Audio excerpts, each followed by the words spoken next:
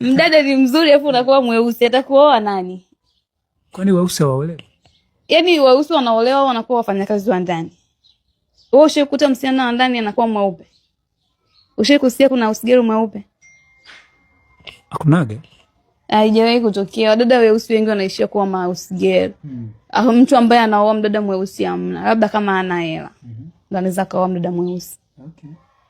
Kwenye mabaa vipi huko tunao kina dada weupe ndio wanafanya sana kazi huko za kuhudumu. Vipi ndio wana ushawishi sana au vipi? Sisi tulizungumza hapo kwa wadada weupe ni wazuri. Kwa hiyo unaweza kumchukua mdada mbaya kama kwenye biashara yako. Wateja watakuja? Hawezi. Wadada weupe ni wazuri jamani. Yaani tuache tu kuzunguka. Wadada weupe ni wazuri, wadada weusi ni wabaya wa kawaida. Mimi sijui kuna mdada mweusi ambaye ni mzuri. Sisi binti huyu amechanganyikiwa. Nguvu za kuchukia mwanamke mwenzako unatoa wapi?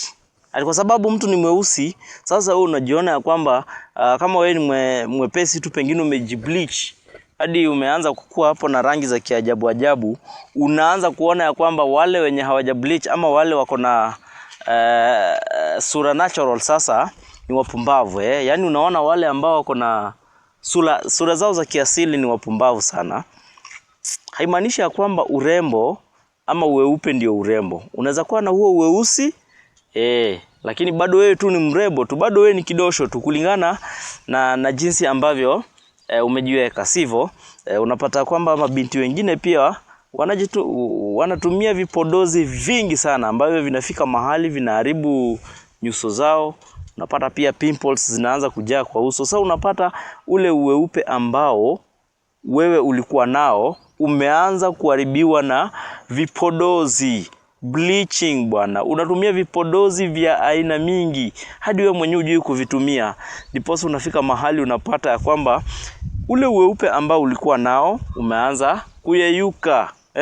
Unaanza kutoka pimples za ajabu ajabu.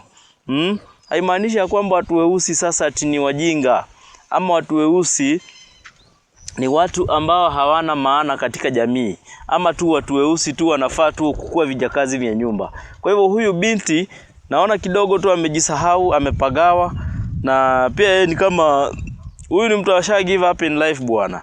Ati lazima kama wewe uko na rangi nyeupe, ati rangi ya pesa, rangi ya hela, ati sasa kwa hivyo tu unafaa tu kudate tu wale handsome boys, ama unafaa tu kudate wale wenye hela. Mimi naona huyu binti kapagawa kabisa. Hao ndio wale ambao ukianza kuwauliza ni nini ambacho unaweza changia kwenye ndoa, yao ndio sasa aina hii ndio sasa wanasemanga tu mimi faida yenye mume anaweza pata kwangu ati ni macho tu.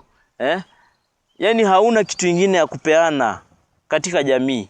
Katika ndoa hauna mchango wowote wenye wewe unaweza changa tu. Unaona tu sasa ukishapata mwenye hela basi. Hao ndio sasa wanaona ya kwamba mume mwenye hela kazi yake tu ama lengo lake ni kuoleka tu kwa yule mume mwenye hela. So anaona ni kama kuoleka kwa mtu mwenye akona hela bado ni kazi.